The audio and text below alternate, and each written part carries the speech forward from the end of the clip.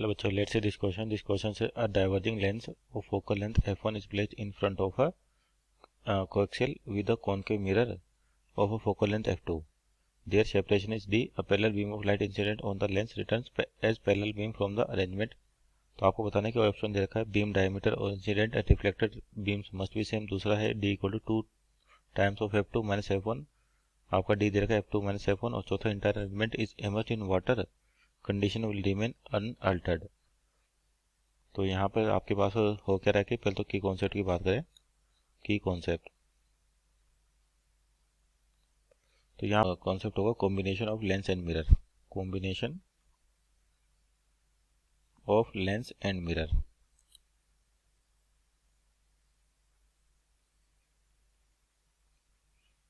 तो जो कंडीशन दे रही है उसके अकॉर्डिंग डायग्राम बनाए कि आपके पास पहले तो क्या है, डाइवर्जेंट लेंस है इस प्रकार से.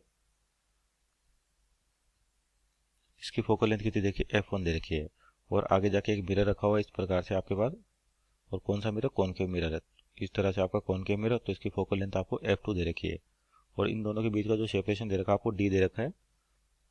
अब हो क्या रहा है कि इस पर जो डाइवर्जिंग लेंस है इस पर रेज आ रही है आपके पास, और कैसे आ रही है, पैरेलल रेज आ रही है.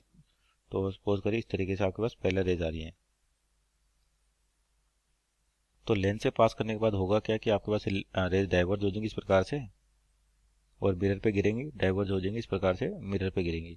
अब जो लेंस की प्रॉपर्टी होती है आपके पास कि अगर कोई रेज पैरेलल आ रही है आपके पास, इसका मतलब ये जो डाइवर्ज होने के बाद फोकस से मिलनी चाहिए या फोकस से निकलती हुई दिखनी चाहिए, अगर ये इसका ऑप्टिकल एक्सिस होगा. यानी कि जो रेज यहाँ पर मिरर पे टकरा रही है इस वाले मिरर लेंस से पास करने के बाद, तो कहीं इधर से आती हुई लगेंगी. और ये पॉइंट कौन सा होगा, फोकस होगा किसका, लेंस का. तो यानी कि f1.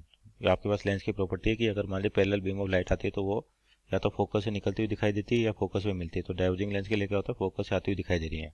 यानी कि ये डिस्टेंस यहाँ से यहाँ तक कितनी हो जाएगी आपके पास, f1 हो जाएगी. अब उसके बाद देखिए मिरर की बात करें तो मिरर में देखिए आपके पास कि पूछा है कि वापस रिटर्न क्या होता है कि पैरेलल बीम ही मिलती है. इसका मतलब मिरर अगर 180 का रिफ्लेक्शन देगा आपके पास यहाँ पर, तो क्या होगा, रेज क्या करें, अपने पाथ को रिट्रेस करेंगी और बीम वापस उसी पाथ में निकल जाएगी. तो मिरर के लिए अगर रिट्रेस करना है पाथ अपने को, इसका मतलब आपके पास ये कंडीशन कब होती है, जब ऑब्जेक्ट आपका सेंटर ऑफ कर्वेचर पर हो. सेंटर ऑफ कर्वेचर, तभी आपका 180 डिग्री का रिफ्लेक्शन पॉसिबल हो सकता है. कि अगर सेंटर ऑफ कर्वेचर पे रखी हो, मान लीजिए जैसे मिरर है आपके पास, अगर कोई ऑब्जेक्ट सेंटर ऑफ कर्वेचर पे है आपके पास, तो जो उसकी इमेज है वो भी कहाँ बनती है, सेंटर ऑफ कर्वेचर बनती है. तो इसका मतलब मिरर के लिए देखें तो ये जो डिस्टेंस हो जाएगी ये इसके सेंटर ऑफ कर्वेचर के बराबर होनी चाहिए, 2 टाइम्स ऑफ फोकस यानी कि 2f2. तो आपका यहाँ पे रिलेशन देखिए डी की वैल्यू क्या आ जाएगी, 2f2 में से f1 माइनस कर सकते हैं अपन. तो आपका जो रिलेशन बी दिख रहा है यानी कि ऑप्शन नंबर बी आपका सही है.